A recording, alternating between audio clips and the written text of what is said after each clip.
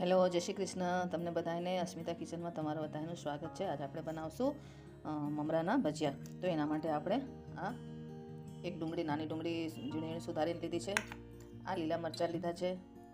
આ મીઠું છે અને આ ધાણા અને મરી છે. આખા ધાણા અને આખા મરી છે. આમાં એનો સ્વાદ બહુ સરસ લાગે છે. અને આપણે આ ચણાનો લોટ છે અને સૂકા મસાલા છે, હળદર અને મરચું. સૌથી પહેલાં આમાં નાખશું આપણે બેસન. ચણાનો લોટ નાખશું, 4 ચમચ ચણાનો લોટ નાખશું અને એમાં આપણે નાખશું 1 ચમચો ચોખાનો લોટ. હવે આમાં નાખશું ડુંગળી,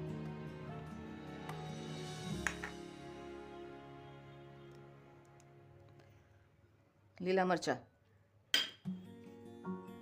નમક સ્વાદ અનુસાર,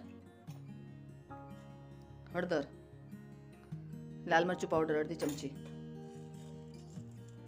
આ થોડાક તીખા મરી અને આ આખા ધાણા. હવે આમાં બધામાં થોડું થોડું પાણી નાખીને આપણે આને મિક્સ કરશું.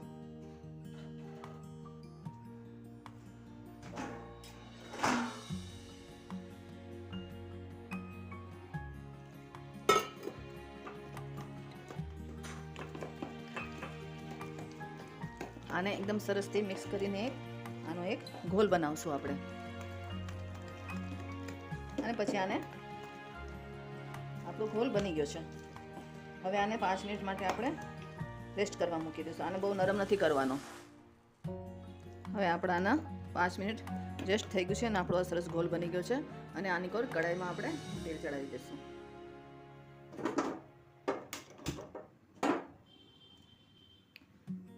હવે આપણું આ તેલ ગરમ થઈ ગયું છે અને આપણે આ જે ઘોલ બનાવ્યો છે આમાં આપણે હવે આ 1 વાટકી મમરા નાખશું. અડધી વાટકી, પોણી વાટકી, મારી વાટકી મોટી છે એટલે. અને આને હાથેથી સરસથી મિક્સ કરશું અને મિક્સ કરીને આમાં આપણે નાખશું.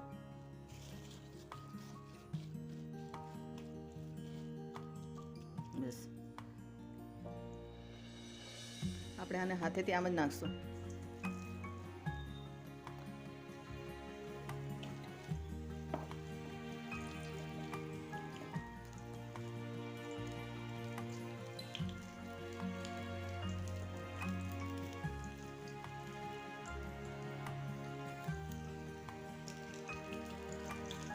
આપણે જેટલા સમાશે એટલા નાખશું.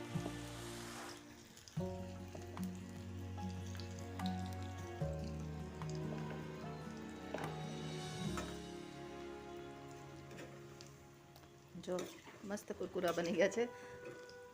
અચાનક ઘરમાં કોઈ મહેમાન આવી જાય ત્યારે આને બહુ આરામથી બની જાય. આપણા ઘરમાં અગર કાંઈ પણ ન હોય, ડુંગળી પણ ન હોય એટલીસ્ટ, તો પણ આપણે આને બનાવી શકીએ છીએ અને બહુ મસ્ત લાગે છે ખાવામાં. જો કેવા સરસ મસ્ત કુરકુરા લાગે છે ને. બસ આને હવે આપણે કાઢી લેશું. હવે આ થઈ ગયા છે આપણા. હવે આને નીકાળી લેશું.